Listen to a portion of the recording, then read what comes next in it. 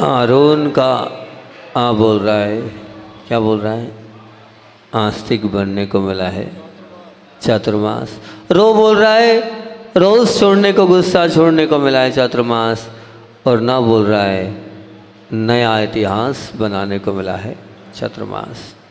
और मैंने आप लोगों से कल परसों बात करी थी सत्य के ऊपर कि सत्य का बलिदान हो रहा है तो कभी स्पष्ट रूप से दिख रहा है, तो क्या हम आवेश में नहीं आए?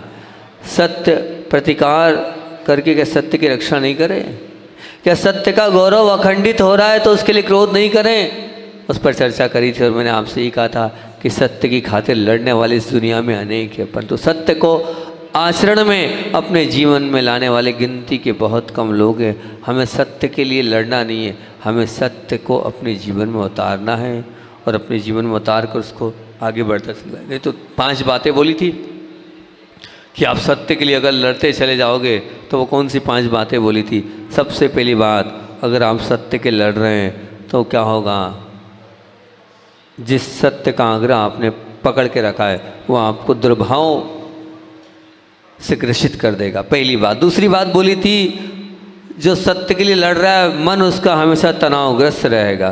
तीसरी बात बोली थी कि सत्य के लिए आप लड़ रहे तो विरोधियों के लिए आप उनको टूट पड़ने का एक जुनून आपके अंदर सवार हो जाएगा। और चौथी बात बोली थी, अपने मन की प्रवृत्ति का आप कभी भी निरीक्षण नहीं कर पाएंगे।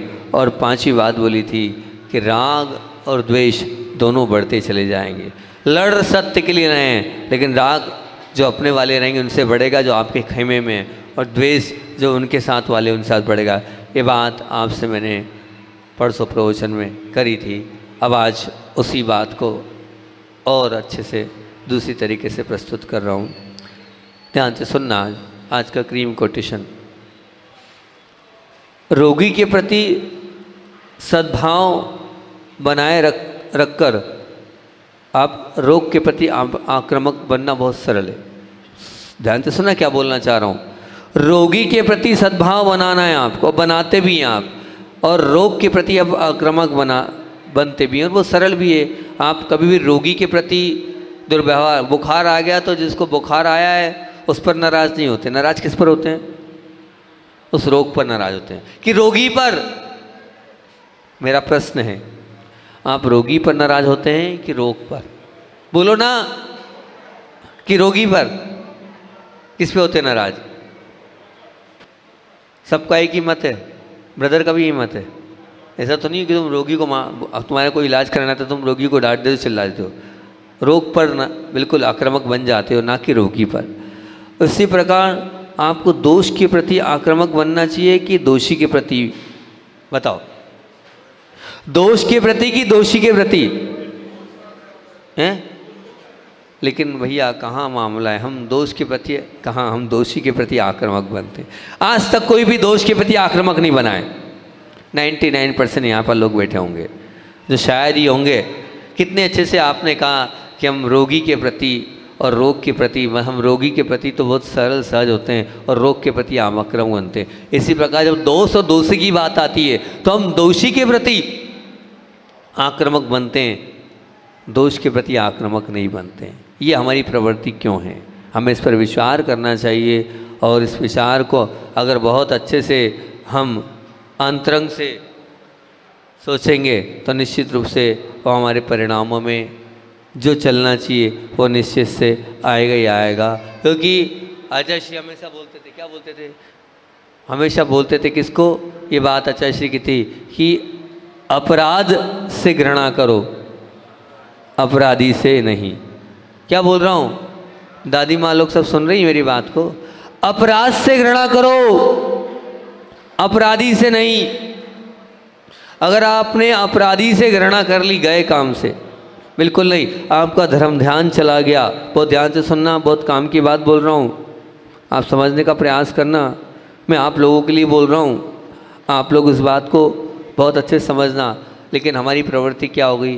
किसी के माध्यम से कुछ हो गया है तो हम उस हो गया है उसको लेके बैठे हैं, और उसी बात को लेकर हम इस प्रकार की मनस्थिति अपनी खराब कर रहे हैं कि उसके दोष को देखकर उसके उस रोगी को देखकर, उसकी भी गलती को देखकर हम बार बार बार बार बार बार, देखो सब लोग अपने पे लेना और सब लोग अपने जीवन को झांक के देखना कि आपके जीवन में कोई दोषी दिखता है, कोई भी ऐसा प्रतिद्वंदी दिखता है या कोई भी इस प्रकार का व्यक्ति दिखता है तो हम कैसे हो जाते हैं? हम उस दोष के ऊपर या उस दोषी के ऊपर किस पर टूटते हैं? बोलो माताओं, दादी माँ लोगों, आप किस पे टूटती हो? उषा माँ किस पे टूटती? कहाँ बैठी? दिखी नहीं रही, बैठी कि नहीं बैठी? चली गई। चलो माँ पुष्पा माँ, किस पे टूटते हो आप? दोष पर कि दोषी पर? बोलो, एक मिनट उनकी आवाज़ सुनना चाहता हूँ मैं। आप सही बोल रहे हैं। आप दोस्त पे टूटते हैं या दोषी पे टूटते हैं? अपने आप को झांक कर देख लेना। सभी लोग, मैं तो एक नाम ले रहा हूँ, उषा माँ नहीं मिली तो पुष्पा माँ को पकड़ लिया। अच्छा उधर बैठी है क्या? ठीक ठीक, हमको उनको पकड़ना था, वो दिखी नहीं तो हमने आपको पकड़ लिया, कोई बात नहीं, ठीक है ना। तो अब आप बताओ, अपने आप को झांक के देखो, आप दोषी को या दोष को किस पर टूटते हो? हैं? सब लोग सही सही बोलना, सबका परीक्षण कर रहा हूँ और सबसे पूछ रहा हूँ। माध्यम मैंने मात्र एक ले लिया, पुष्पा माँ, तो इसका मतलब ये नहीं कि पुष्पा माँ ही सब कुछ है, लेकिन सब अपने आप को झांक कर देखना। हम दोषी को ना देखकर दोष पर टूटेंगे तो धर्म ध्यान होगा, और हम दोषी पर टूट रहे तो हमारा धर्म ध्यान नहीं है। ध्यान से सुनना, पूज्य गुरुदेव ने एक बहुत अच्छी बात बोली है, और ये बात तो मैंने बोली थी कि अपराध से घृणा करो, अपराधी से नहीं। अच्छा श्री जी ये बोलते हैं कि आप लोग सब स्वाध्यायशील हो नहीं हो? सबको एक चीज़ की फिक्र है, सब आप लोग को एक बात की सबको चिंता है, एक बात की सबको चिंता है। मेरे ख्याल से सबको होगी, छोटे से बच्चे को भी होगी, अगर वो थोड़ा बहुत भी धर्मात्मा होगा। क्या चिंता होगी? कि मैं सम्यक दृष्टि बना रहा हूँ। क्या चिंता होगी? क्या चिंता होगी? संजीव भैया क्या चिंता होगी? मैं सम्यक दृष्टि बना रहा हूँ। ये चिंता सबको है या नहीं? इस परिसर में जितने लोग बैठे हैं, मेरा प्रश्न है, आपको अपनी ये चिंता है कि नहीं मैं सम्यक दृष्टि बना रहा हूँ? है? अरे हाँ या ना में तो बोलो, अच्छे से बोलो। आप सबको ये चिंता है कि मैं सम्यक दृष्टि बना रहा हूँ। और जब आचार्य भगवान से पूछा गया कि आचार्य भगवान आप ये बताइए कि सम्यक दर्शन के नापतोल का कोई थर्मामीटर दो, कैसे हम अपने सम्यक दर्शन को परखें, जाने समझें कि हम सम्यक दृष्टि हैं। तब आचार्य भगवान बोलते हैं, भैया जो सम्यक दृष्टि होता है उसके 8 अंग होते हैं। कितने अंग होते हैं? कितने अंग होते हैं? बोले 8 अंगों से सहित जो व्यक्ति होता है वो सम्यक दृष्टि होता है। और जिसके पास 8 अंग नहीं है, बहुत कड़वा प्रवचन है आज का मेरा, जिसके पास 8 अंग नहीं है वो सम्यक दृष्टि नहीं है। निश्चित मान के चलना, क्योंकि आप सबको परवाह है, सबको चिंता है हम सम्यक दृष्टि हो जाएंगे। और निश्चित मान के चलना, जो सम्यक दृष्टि है वो आज नहीं तो कल मोक्ष जाएगा, वो भव्य। वो क्या है? वो भव्य। ये मत समझ लेना सफ़ेद चोला पहन लिया, ये पीछे ले लिए तो मैं सम्यक दृष्टि हो गया हूँ। ये मत मान लेना ये वेश धारण कर लिया तो मैं सम्यक दृष्टि हो गया हूँ। नहीं, बिल्कुल नहीं। सम्यक दर्शन ये नहीं है। 90 गिरवेक तक जा सकता हूँ मैं इस पीछे और कमंडल के साथ। ये निश्चित मान के चलना, इसको सम्यक दर्शन आचार्यों ने भी बोला है। बहुत ध्यान से सुनना, सम्यक दर्शन क्या है। सम्यक दर्शन का तात्पर्य उन 8 अंगों से आचार्य भगवान ने तोला है, और वो 8 अंग आप लोग जानते हैं। आचार्य भगवान संबंधव्रत स्वामी ने बताए कौन कौन से वो 8 अंग हैं। निशंकित, निकांक्षित, ये है नहीं है? पढ़े ना आपने, बच्चों उनसे लेके बड़े तक सबने पढ़े हैं। ये निशंकित अंग, निकांक्षित अंग, निर्विचिक अंग, उपगुहन अंग, है ना? पढ़े नहीं पढ़े? स्थितिकरण अंग, ये सब पढ़े। मैं आपसे इतना ही पूछ रहा हूँ, ये 8 अंगों का होना ना अंगहीनम मलम छेत्तुम, मतलब एक अंग भी कम हो गया तो क्या हो गया? आप सम्यक दृष्टि नहीं हो। एक अंग, आचार्य भगवान चिल्ला चिल्ला कर उद्घोषणा कर रहे हैं, एक अंग भी चला गया तो आपका सम्यक दर्शन चला गया।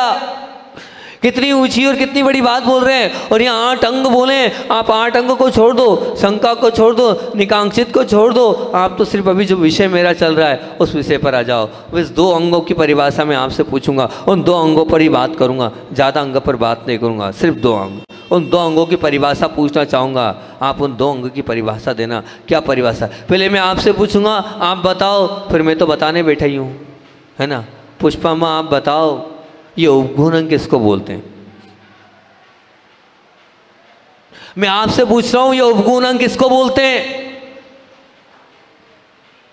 माइक दे दो वहां तक। आज का मेरा प्रवचन प्रश्न उत्तर वाला ही है, पूरा प्रवचन प्रश्न उत्तर वाला ही रहेगा।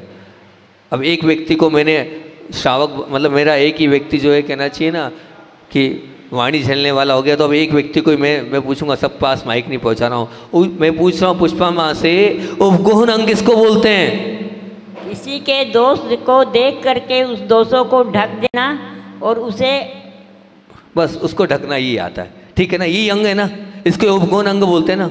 मतलब सम्यक दृष्टि का परिचय ये कि किसी के दोष दिख जाए, उस दोष को ढकना कि बताना नहीं, सबको बताओ वायरल करके, है नहीं, उसने ऐसा किया, उसने वैसा किया, ये वो करता है, ऐसा पापी है, वो दुष्ट है, वो नीच है। बताओ, मैं आपसे पूछ रहा हूँ, ऐसा है? अगर वो बता रहा है तो उसका सम्यक दर्शन तो खत्म हो गया ना। हाँ। अगर प्रतिमाधारी है तो प्रतिमा बचेगी उसकी? नहीं। कहाँ आ जाएगा वो? नीचे। कौन से गुण स्थान में जाएगा वो? मिथ्यात्व में। कहाँ चले जाएगा? संसार उसका क्या हो जाएगा?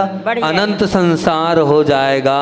अगर मान लो आपने उसके दोष नहीं ढके तो, आपने उसके दोष नहीं ढके तो क्या हो गया? आप आ गए, कहाँ आ गए? सीधे प्रथम गुण स्थान में। ये उपगुण अंग बोल रहा है, अरे सामने वाले ने तो गलती कर ली, ठीक है ना। हो सकता है उसने प्रायश्चित कर लिया हो, आपको क्या पता, उसने मन से सोचा हाँ दुष्ट कैम हाँ दुष्ट चिंतियम। तीव्र कर्म का उदय होता है, गलती हो जाती है, लेकिन तीव्र कर्म के उदय के बावजूद भी आपको नहीं पता, उसने तो अपना सब कुछ व्यवस्थित और अवस्थित व्यवस्था बना ली, लेकिन आप बार बार बोलकर अपने सम्यक दर्शन को समाप्त कर रहे हो। वो गुण अंग गया, आपका समाप्त हो गया, जो आप सबके बीच में इस प्रकार से वायरल कर रहे हो। किसी ने गलत कर दिया है, निश्चित मान के चलना, अपने आप को झाँक कर देखना, क्या आपने गलतियाँ नहीं करी है? क्या आपसे कुछ गलत नहीं हुआ आपके जीवन में? हैं? अरे सबसे होता है, ऐसा कोई नहीं है जिससे गलत नहीं हुआ, लेकिन ध्यान रखना सबसे गलत हुआ भी है। तो मैंने उस दिन एक बात बोली, जब प्रश्न आया था, मैंने कहा पूज्य गुरुदेव ने इतनी बड़ी बात बोली थी कि कहा था अपराध से घृणा नहीं, अपराधी से घृणा, अपराध से घृणा करो, अपराधी से नहीं। और आचार्य भगवान ने उसको बताया करके, बोला नहीं, हमारे गुरुदेव ने करके बताया है। क्या करके बताया है? जाकर देख के आओ उन जेलों में, तिहाड़ जेल में खूंखार कैदी भारत के सबसे बड़े बड़े अपराधियों को उन्होंने सम्यक दृष्टि बना दिया। देख के आओ सागर जेल में क्या स्थिति बना दी है उन अपराधियों की, जिन्होंने सैकड़ों खून किए, न जाने कितने बलात्कार किए, न जाने जीवन में कैसे कैसे पाप किए, लेकिन पापों को पूज्य गुरुदेव ने क्या किया है? साफ किया और अपने हथेली में उन अपराधियों को रखा है। आज वो सम्यक दृष्टि बन गए हैं। आप मानना, एक बार स्थिति थी, आचार्य भगवान पर किसी ने व्हाट्सएप चलाया था, तब सागर जेल से आवाज़ आई थी, 2 कैदी पहुँचे थे, जेलर साहब वैसे तो हमें उम्र कैद की सज़ा है ही, एक और अपराध कर लेने दो। जिस व्यक्ति ने गुरुदेव पर उंगली उठाई है, हम आपसे विनती चाहते हैं, हम 2 दिन में समाप्त करके उसको आ जाएंगे। वैसे भी तो उम्र कैद है ही, और 50 को मारा है, 2 और मार लेंगे तो कौन सा कुछ बिगड़ जाएगा। लेकिन हमारे गुरु पर किसी ने उंगली उठाई है, ये भावनाएं कहाँ से आई? अपराधी पर हाथ फेरा तब तो आई ना, नहीं तो अपराधी को अपराधी स्वीकार करते रहते तो वो ऐसी भावना से होते क्या? वो जो नमोकार मंत्र पढ़ रहे हैं आज, जो सुबह उठकर वो गुरु की स्तुति कर रहे हैं, विचार करना, जब गुरुदेव ने उन अपराधियों को समझा, उन अपराधियों के उस अपराध को माफ़ किया और उनको सहारा दिया, उंगली पकड़ी, तब वो गुरुदेव के भक्त बने। नहीं तो बन पाते क्या? विचार करना, बन पाते क्या? अरे आप लोग तो सम्यक दृष्टि हो, लेकिन उन मिथ्या दृष्टि को सम्यक दृष्टि बनाया है गुरुदेव ने। कितना महान काम पूज्य गुरुदेव ने किया है। कब किया? उन्होंने अपराधी से बैर किया कि अपराध से? मैं आपसे पूछ रहा हूं, क्या किया उन्होंने अपना उपगुण अंग पाला है, उन्होंने दोषों को ढका है। मैं गया हूँ गुरुदेव के साथ सागर जेल में, उन कैदियों को देखा है कि ऐसे कैदी इस प्रकार से वो मुसलमान भी है। सोचो विचार करो, मुसलमान व्यक्ति कभी झुकता नहीं है, लेकिन मुसलमान लोग भी उन गुरुदेव के प्रति झुक गए, क्योंकि आपने कितना बड़ा हमारे साथ कार्य किया है। हम यहाँ काम कर रहे हैं, 10,000 5,000 जो हमें मिल रहा है उसका पूरा पैसा हमारे परिवार में जा रहा है। आपने हमारे आंसू पोंछे हैं, हमारे अपराधों को अपराध नहीं समझा है। तो अपने आप में ध्यान रखना, पूज्य गुरुदेव ने तो उपगुण अंग का पालन किया और सबका भला किया, सबके ऊपर दया और करुणा करी। आप तो इतना आज नियम ले लो, अगर आप सब सम्यक दृष्टि हो तो 200 को आप वायरल नहीं करोगे, गलती सबसे होती है, ध्यान रखना। लेकिन उन 200 को ढकने का काम सम्यक दृष्टि करता है, ना कि बताने का, ना कि बताने का। मैं आपसे बोल रहा हूँ, किसी ने अगर मान लो गुरु से जाकर उसका प्रायश्चित ले लिया तो उसका दोष धुला कि नहीं धुला? वो चिल्ला चिल्ला के कह रहा है कि भैया मेरे से गलती हो गई, ये मैं मान रहा हूँ, मैंने पाप कर लिया, लेकिन मैंने गुरु के सामने जाकर प्रायश्चित ले लिया है। वो धुलेगा कि नहीं? हैं? नहीं, आप पकड़ के बैठे रहो कि उसने ऐसी गलती करिएगी, उसको बिल्कुल नहीं प्रवेश दिया जाए, वो आएगा ही नहीं, वो रहेगा ही नहीं, वो उसको समाप्त कर दिया जाए। ये जायज़ है क्या? ये नाजायज़ है ना? ये धर्म कहता है क्या? ये सम्यक दर्शन कहता है क्या? बिल्कुल नहीं कह रहा है। निश्चित मान के चलना, मैं आपको सचेत कर रहा हूँ, और मैं मात्र एक व्यक्ति से एक ही को श्रावक बना रहा हूँ मेरा, लेकिन सबको आगाह कर रहा हूँ इस बात को लेकर। नहीं, बिल्कुल नहीं करना। निश्चित मान के चलना, आपका उपगुण अंग चला जाएगा, गया, समाप्त हो जाएगा। हमें अपने उपगुण अंगों को समाप्त नहीं करना है, किसी भी कीमत में समाप्त नहीं करना है। और दूसरी बात, और आचार्य भगवान ने वहाँ कहा क्या? स्थितिकरण। क्या कहलाता है स्थितिकरण? क्या होता है स्थितिकरण? स्थितिकरण का अर्थ क्या है? माई देगी जवाब, क्या स्थितिकरण का अर्थ क्या है, क्योंकि अभी तो एक ही व्यक्ति पर ले अपन। क्या होता है स्थितिकरण का अंग? माँ बताइए। जिससे ये गलती हो गई है उसको समझाना, अकेले में लेकर के। भैया अगर गलती हो भी गई, उसको सबके बीच में चिल्ला चोट नहीं करना, सबके बीच में नहीं बताना तुमने ऐसा कर दिया, तुमने वैसा कर दिया, तुम ऐसे हो, तुम वैसे हो, क्या किया तुमने, नहीं, अलग से लाओ, विनय पूर्वक समझाओ, भैया ये हमारे योग्य नहीं है, हमें ऐसा कार्य नहीं करना चाहिए, अब हो गया तो हो गया, कोई बात नहीं, गुरु सब के समक्ष जाओ, अपनी बात को व्यक्त कर दो, अभिव्यक्त कर दो, समझो मनुष्य पर्याय मिलिए, इतना सब कुछ आपको प्राप्त हुआ है, आपके पुण्य से आपको मिला है, उस पुण्य की सार्थकता तभी होगी जब इस सबको आप धो लोगे। ये कहलाता है स्थितिकरण अंग। अब आप ना तो उपगुण कर रहे हो और ना स्थितिकरण कर रहे हो, तो भला कैसे आप सम्यक दृष्टि हो? कार्य तो था अकेले में बिठा के समझाने का, दरवाजा बंद करके प्यार से हाथ फेरने का, पर आपने हाथ तो फेरा नहीं और 10 लोगों के बीच में 4 बात सुना दी। कहाँ गया आपका सम्यक दर्शन? बताओ किधर गया आपका सम्यक दर्शन? 8 अंग आए हैं, उन 8 अंग में से 2 अंग चले गए और सबके चले गए। ये जितने बैठे हैं ना, कोई भी नहीं ऐसा इन 8 अंगों को पालन करने वाला है। तो आप सब मिथ्या दृष्टियों की सम्यक दृष्टि बताओ, क्या हो आप लोग? सबके सब मिथ्या दृष्टि अनंत संसारियों, सब देव शास्त्र हम मानते हैं, बिल्कुल हम ये बाकी सब 6 नियम हम बिल्कुल सेवा भी कर लेंगे। निशंकित अंग भी पल जाएगा, निकांक्षित अंग भी पल जाएगा, निर्विचय के सांग भी पल जाएगा, पर ये 2 अंग नहीं पलते हैं, ध्यान रखना। बाकी सब पल जाएंगे, प्रभावना सब बाकी सब हो जाएगा, पर बाकी 2 अंग नहीं पलते हैं। बिल्कुल खरी और पक्की बात बोल रहा हूँ। उपगुण और स्थितिकरण ये नहीं पल पाता है, नहीं, ये ही पालना है, इसी पर पूरा ध्यान देना है। जिन्होंने ये उपगुण और स्थितिकरण पाला है उनका ही जीवन महान बनाए, उनका ही जीवन उत्कृष्ट बनाए। मैं तो आज आपसे इतना ही कह रहा हूँ, आप सब लोग सम्यक दृष्टि बन जाओ और सम्यक दृष्टि बनकर अपने जीवन को कृतार्थ कर लो, कल्याण कर लो। ये 2 बात अपने जीवन में पक्की कर लो, चाहे कुछ भी हो जाए, हम ढकने का काम करेंगे, क्या उघाड़ने का काम नहीं करेंगे। निश्चित मान के चलना, हम अपने आप को अच्छा बनाना चाहते हैं, न कि अपने आप को बुरा बनाना चाहते हैं। मैं बार बार बोलता हूँ, जो दूसरों के दोषों को बताता है, आज नहीं तो कल आपके अंदर वो दोष आ जाएंगे। कर्म छोड़ेगा नहीं आपको, कर्म आपकी गद बना देगा। आप आज उसके दोष देख रहे हो, कल आपकी बारी आएगी, आपके दोष होंगे। मैं बताऊँ आपको बात, एक परिवार, गांव, नाम मत पूछना, मैं सत्य घटना बताता हूँ, आपको पता है मुझे सत्य ही घटना पसंद है और सत्य घटना बताता हूँ। एक परिवार में एक बालिका अदर कास्ट में चली गई, अदर कास्ट में भाग गई, कोई दिक्कत नहीं, कर्म का उदय था, चली गई, क्या हो सकता है। लेकिन एक माँ ने उसको इतना प्रेशर किया, इतना माहौल बनाया कि क्या है ये, वो लड़की भाग गई है, अब उन परिवार को अलग कर दो, मतलब जितना ज़्यादा गलत बोल सकते थे गलत बोला।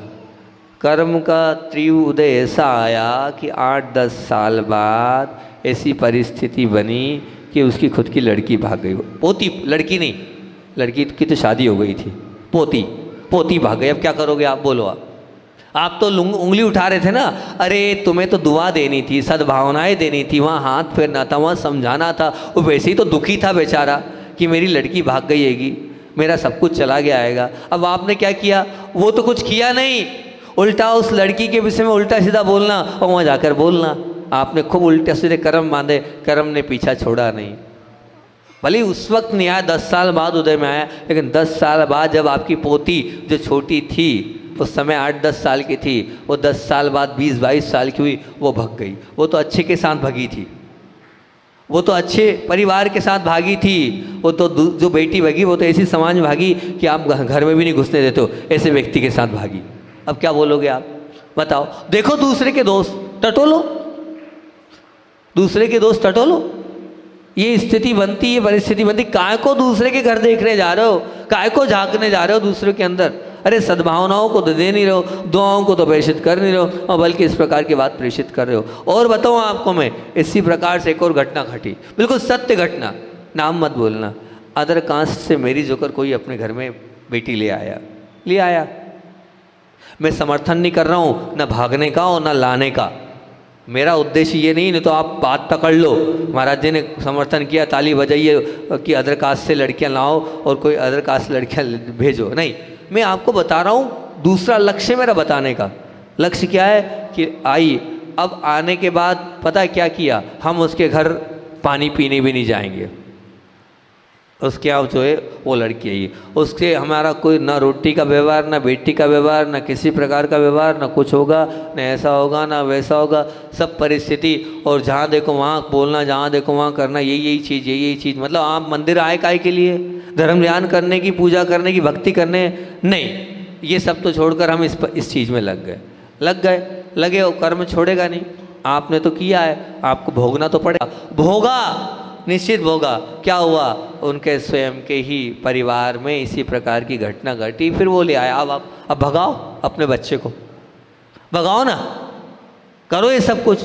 नहीं भैया, ये सब चीज़ें हमें नहीं करना है, आप समझने का प्रयास करो, हमें उपगुहन करना, हमें स्थितिकरण करना है, हमें हाथ पकड़ना है। पूज्य गुरुदेव अगर आप ही गया है तो उसको जैन बनाने का प्रयास करो। वर्ण लाभ हुआ है, वर्ण लाभ की बात करो। पूज्य गुरुदेव को दोनों वक्त देखा मैंने, जब पूज्य गुरुदेव के पास मतलब एक परिवार की बहन जब गई अदर कास्ट में, तो गुरुदेव ने एक बात बोली, अब तो हो गया ना, अब आंसू बहाने से क्या होता है, मैं देखना, मैं लेकिन समर्थन नहीं कर रहा हूँ। पर उस बहन से आचार्य ने कहा चेलना बलना है तुम्हें।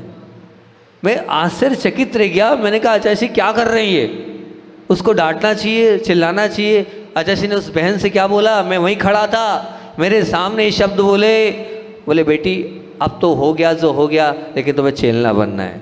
समझ रहे हो चेलने का तात्पर्य क्या होता है, चेलने का तात्पर्य क्या होता है, चेलने का तात्पर्य होता है कि अब तुम्हें अपने धर्म को बिल्कुल छोड़ना नहीं है, और जिस घर में गई हो वहाँ जैन धर्म का डंका बजाना है, ये कहा है। ये गुरुदेव के शब्द है, मेरे शब्द नहीं है, ढका गुरुदेव ने। ना कि अगर आप मान लीजिए सामने वाले से आप प्रतिकूल व्यवहार करते तो क्या होता, वो भी गुरुदेव से भी टूटता था, जैन धर्म से भी टूट जाता। अब हुआ ये अविचार करना, और वास्तविकता में गुरुदेव ने बोला, गुरुदेव की बात आई और वो चेलना बनी, स्वयं जैन बनी रही और पूरे परिवार को जैन बना दिया उसने। तो आचार्य ने कहा तुम्हें किसने अधिकार दिया है उसके पापों को देखने का, और तुम कौन होते हो उसके पापों को यहाँ बताने वाले, काहे के लिए आए हो तुम अपना खुद का तो झांक के देखो तुम क्या हो, और उसके लिए आए हो तुम यहाँ बताने। नहीं आचार्य जी हम कैसे नमोस्तु करें, अच्छा मैंने कहा कि तुमसे कि नमोस्तु मत करना, मैं संघ का आचार्य हूँ कि तुम संघ के आचार्य हो? बोले तुम्हें पता है वो साधु आकर प्रायश्चित ले चुका है और आज उसका 10वां या 11वां उपवास है।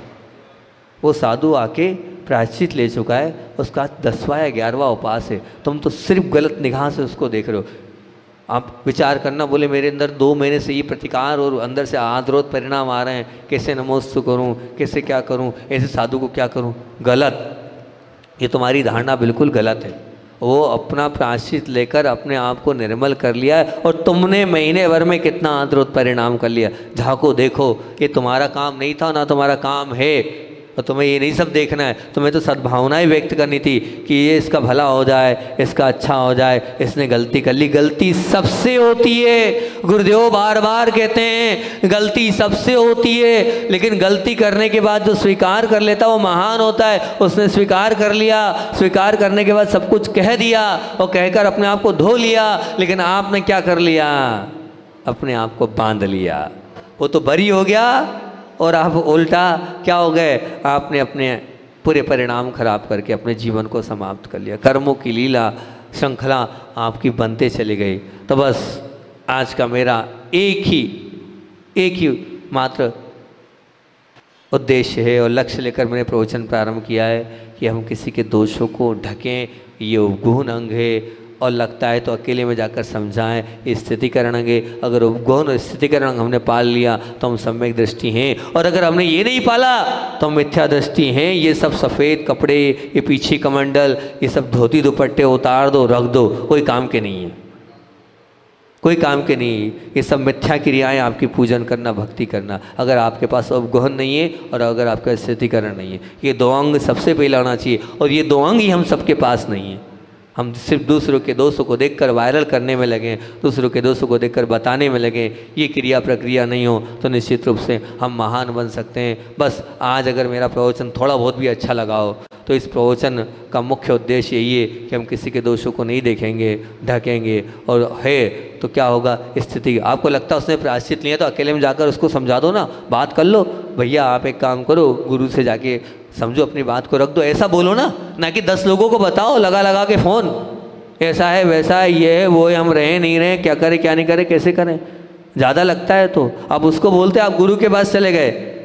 आचार्य श्री ने यही बोला उस वक्त, ये स्थितिकरण होता तुम उसके पास जाते और उसको बोलते कि गुरु के पास जाके अपने पाप स्वीकार कर लो अकेले में जाकर, वो स्थितिकरण कहलाता। तुमने ना उपगुण पाला ना स्थितिकरण पाला, तुम्हारे मुनि व्रत तो चले गए यूं ही।